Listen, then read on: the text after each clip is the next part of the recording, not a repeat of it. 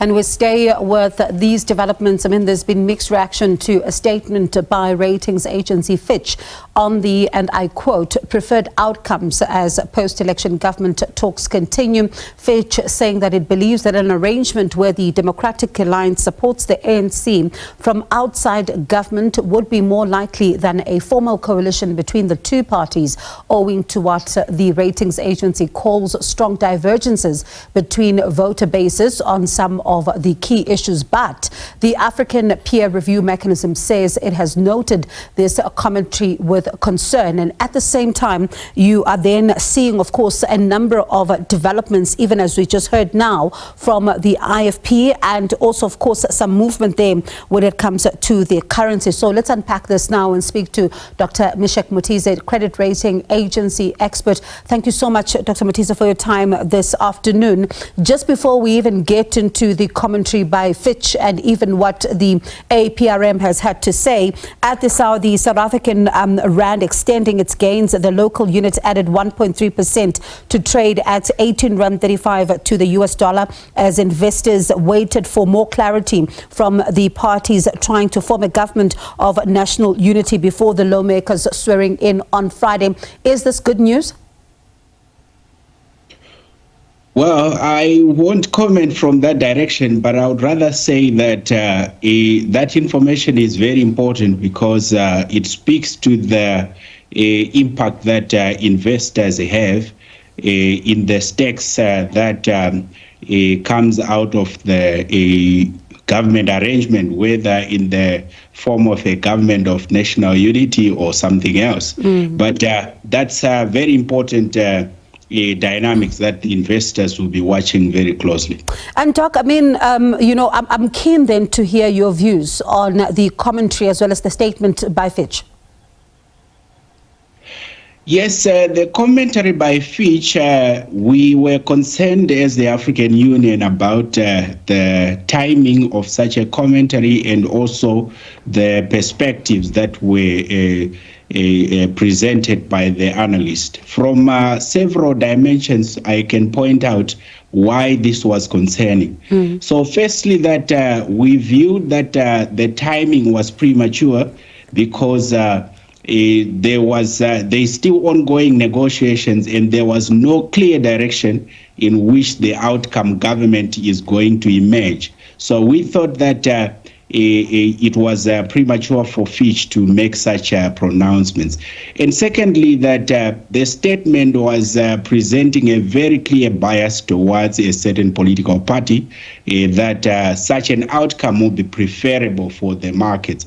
So in our view, that clearly shows that there is a certain degree of manipulation and political interference, because it was clearly prescriptive that such an outcome government is going to ensure that there is policy continuity and there is fiscal consolidation and some delays to the implementation of the national health insurance.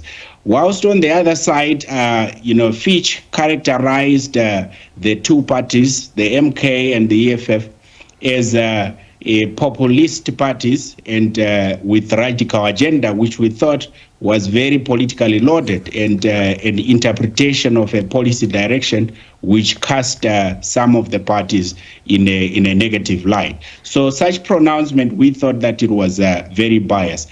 And also to in the third dimension, we can also point out that the statement was not factually based. It was very speculative in nature. Why we say so is because there were several instances when the analysts referred to their views as we think, we believe, and we suggest, which is clearly showing that they were speculative. And they actually admitted that the statement is issued out of some permutations that they had projected from their own views.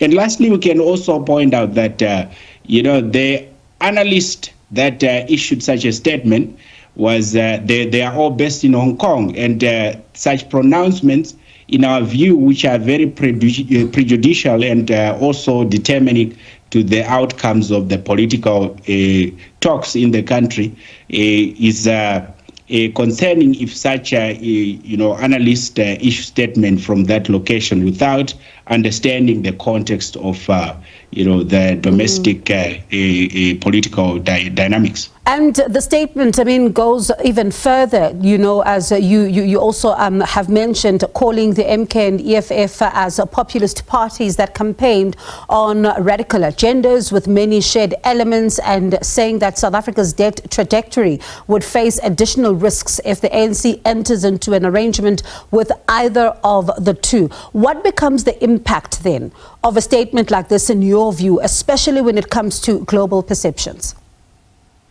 Absolutely. As you know, that financial markets are an arena of opinions, and investors trade based on opinions.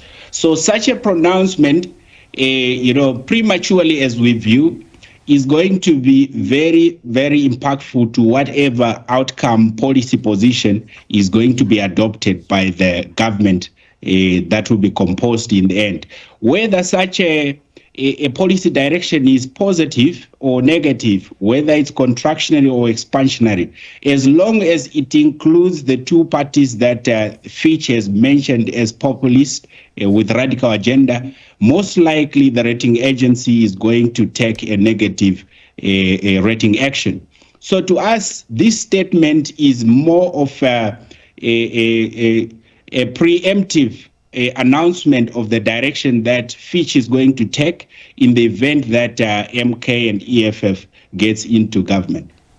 Interesting insights there. Thank you so much for that reaction, Dr. Mutize. Do appreciate it. That was Dr. Misheck Mutize, lead expert on credit rating agencies at the African Peer Review Mechanism Statutes.